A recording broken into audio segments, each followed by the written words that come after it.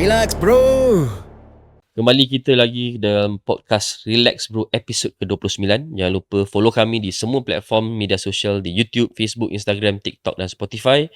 Dan kita ada satu lagi topik politik yang terbaru dok, yang mana ROS luluskan pindaan Perlembagaan Bersatu. Ini ramai yang terkejut.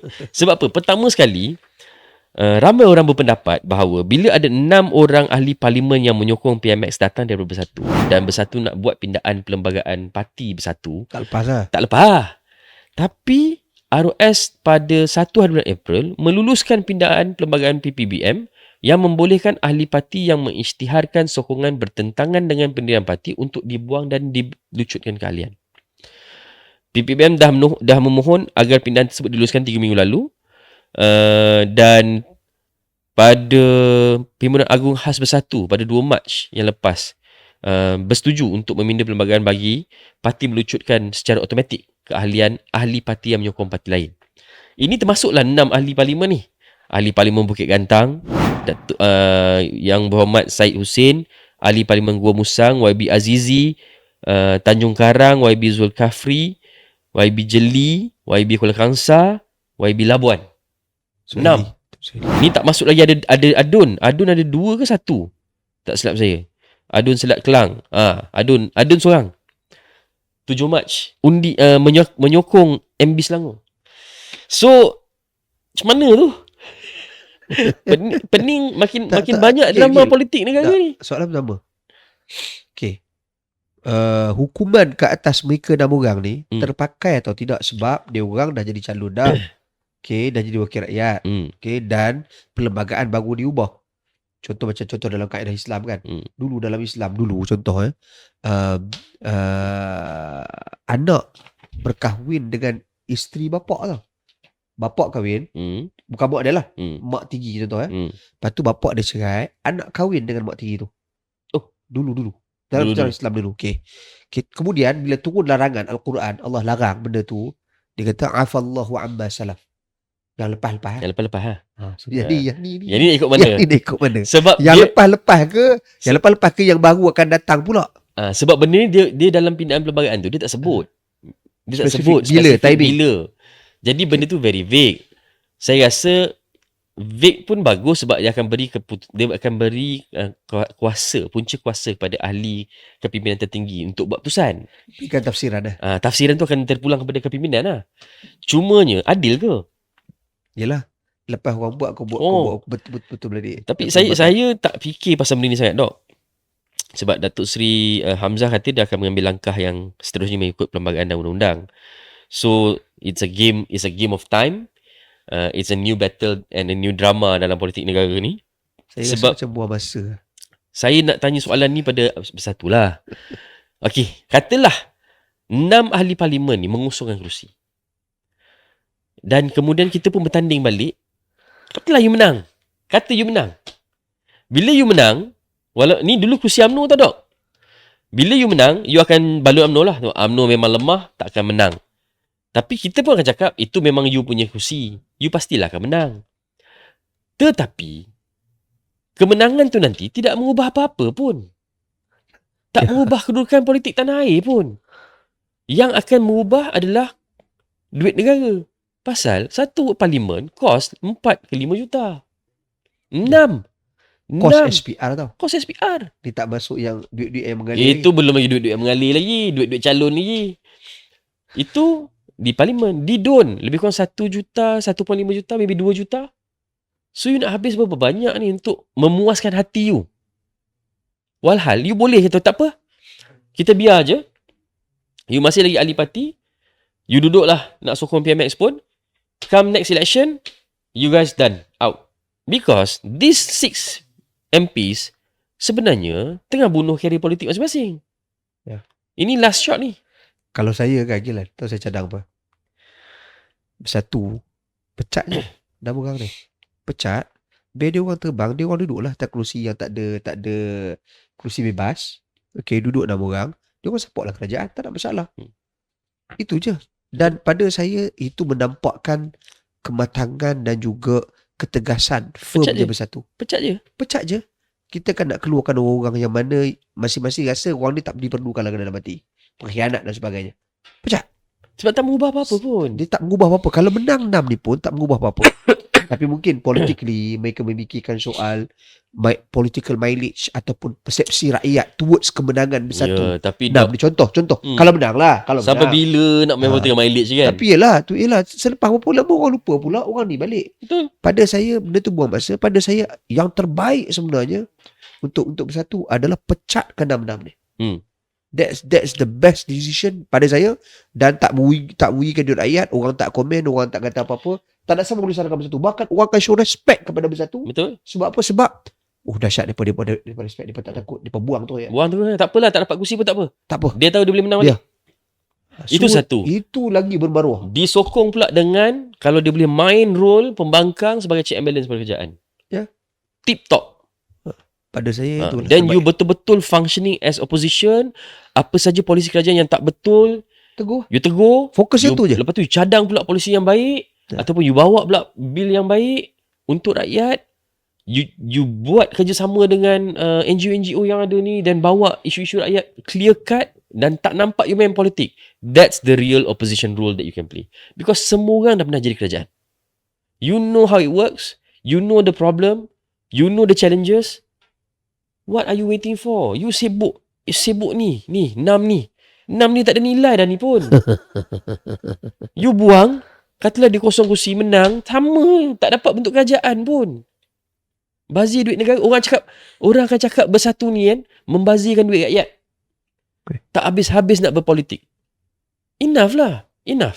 If you are respected. Dulu ingat tak? Dulu teruk kena walaupun menang, PMX lagi kena dekat Nixon. Yeah. Bagaimana dia attack pada waktu tu untuk kerana mengosongkan kerusi. Betul? Okay, satu.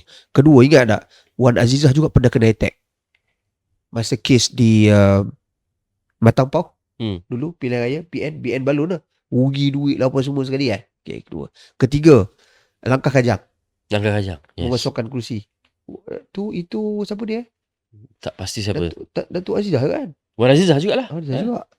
So ini semua walaupun menang, walaupun masa tu BN kalah dan sebagainya, menang di sebelah pihak pembangkang waktu tu, tapi orang mengata. Yep. Hari ni lagilah bila orang bercakap soal kerajaan taxation, cukai. Kos harga hidup tinggi. Makcik yang dekat Perlis tu kata kat PM. Tapi subsidi yang tu saya tabik juga PM lah. Bila betul? makcik di Perlis kan ada video viral. Itulah yang makcik tu kata PM harga barang naik apa semua sekali. Yang bagusnya PM tunggu dan dengar. Ini cara dia. Macam contohnya saya balik-balik kepada apa yang Rafizi buat. Jangan macam tu, guna macam cara PM ni. Dia tunggu dengar, relax, tenang. Habis sekali makcik tu kata apa? I love you PM. Selesai. Masalah ni tak selesai lagi. Masalah tak selesai lagi. Dia tapi boleh kerana dia dengar, tunggu dengar dengan tenang, muka relax je kan. So jadi makcik tu kata apa? I love you PM. Masalah tak selesai. Okay. Jadi itu cara dia lah yang sepatutnya. Okay. So kita pun dah habis semua topik untuk episod 29. Kita akan mungkin berehat sedikit seminggu dok lebih kurang seminggu lah kita nak memberi laluan kepada sambutan Aidilfitri. Kita ucapkan takziah kepada kita punya director, program kita, isterinya yang baru meninggal dunia. Kita doakan kepada beliau dengan ucapan takziah. Azamallahu ajrakum wa ahsana azaakum wa ghafara baitikum, dan doakan kepada isteri beliau, Allah maghfirlaha warhamha wa'afiha wa'fu anha.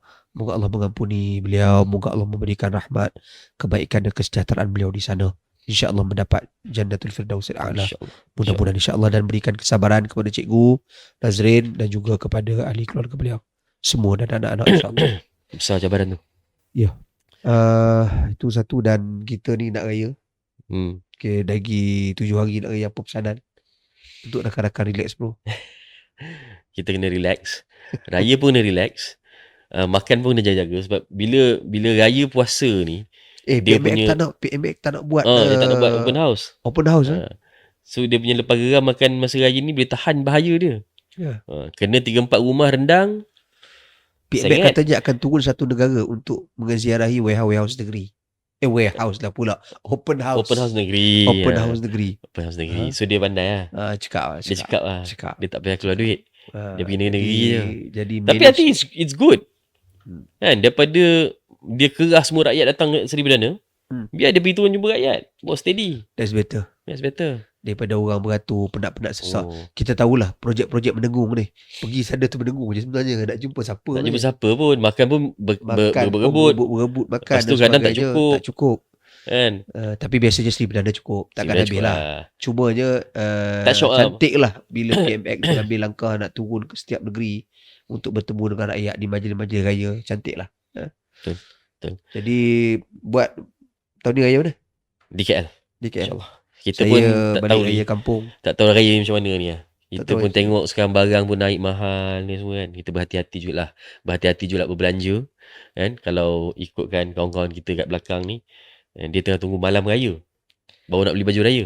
Ya, benar. Oh, Berlari naik motor masuk ni Cokit masuk Cokit, masuk Jalan Tuan Rahman. Jalan tar. Betul. Saya pernah alami keadaan tu. Saya pernah naik motor masuk ke dalam jalan tar Samalah. ketika Bandar Raya. Zaman-zaman Bukan zaman belajar. Zaman belajar tu telah lah. Zaman belajar tu kalau tiap hari di jalan tar. Jadi zaman yang kita dah berkejaya ni. tak raya pun pergi jalan tak? Pergi. Malam seronok naik motor. Saya naik dengan, saya ingat saya naik dengan dengan my brother, adik kami 2 orang pergi. Kami pergi cari sampin.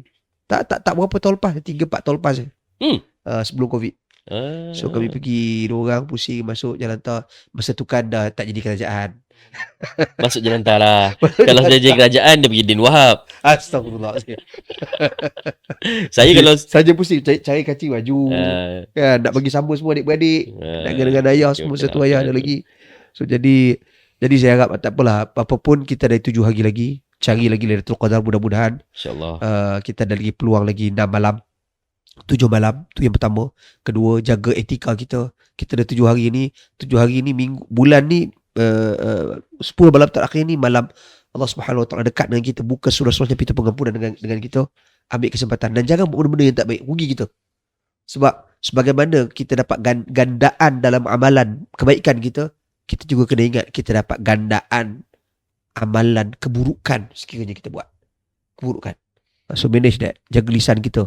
Nak politik 6 hari ni fokus ibadat, fokus cakap benda baik-baik saja. 6 hari je. Menenangkan umat, menenangkan manusia, dan ambil peluang dia juga tuan-tuan, banyak bersedekah.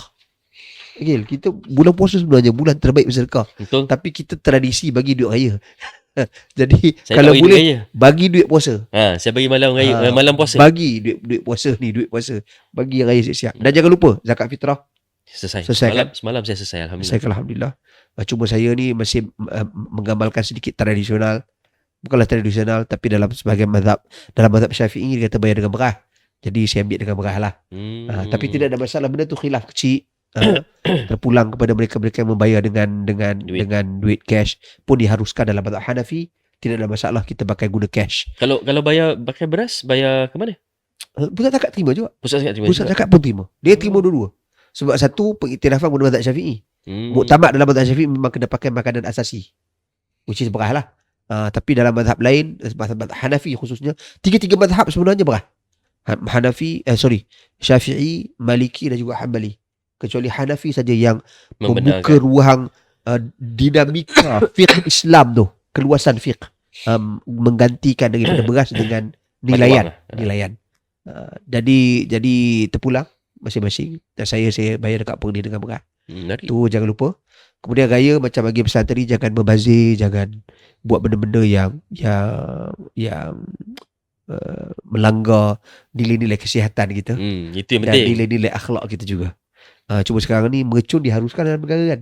Diharuskan Dah halal kan. Saya tengok orang jual okey je. Saya okey lah. Dah halal lah. Elok-elok. Okay. Tolong jaga keselamatan. Yang main merchant tu tolonglah jaga. Jangan buat perang yang pelik-pelik. Kita tak nak raya tahun ni ada yang raya di hospital. Tapi itulah, kita tiap-tiap tahun kita cakap benda yang sama ni pasal mercun ni, Dok. Sama je benda. Tapi ada je yang buat perangai. So kena mengingatilah sama kita, insya-Allah. Okay. Daripada Relax Bro, selamat hari raya. Maaf Zahir dan Batin. Assalamualaikum warahmatullahi